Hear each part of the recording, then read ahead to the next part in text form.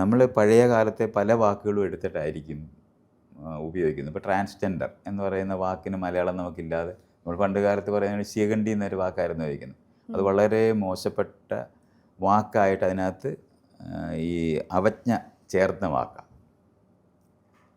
ആണും പെണ്ണും കെട്ടവൻ എന്നൊക്കെ പറയുന്നതിന് അവജ്ഞ ചേർത്തിട്ടുണ്ട്. അവജ്ഞ ചേർത്തിരിക്കുന്ന കാരണം കൊണ്ട് രണ്ടുമല്ലാത്തൊരു, അതുകൊണ്ട് നമ്മളെല്ലാവരും ഇപ്പോഴും ഇംഗ്ലീഷ് വാക്കല്ലേ ഉപയോഗിക്കുന്നത്, ട്രാൻസ്ജെൻഡേഴ്സ് എന്ന് ചില പറയുന്നത്. സമയത്ത് 9 എന്നൊക്കെ പറയാറുണ്ട്. അല്ല, എന്താണ് അതൊക്കെ അത് വാക്കല്ല, അത് നമ്മൾ എന്താണ് പുച്ഛത്തോടെ പറയുന്നതാണ്. അതല്ല, വർണ്ണിക്കേണ്ടതുണ്ട്.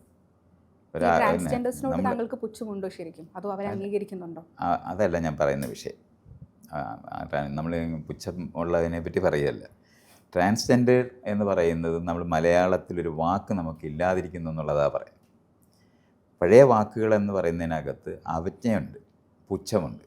അതുകൊണ്ടാണ് നമുക്കതെടുത്ത് ഉപയോഗിക്കാൻ കഴിയാതെ പോകുന്നത്.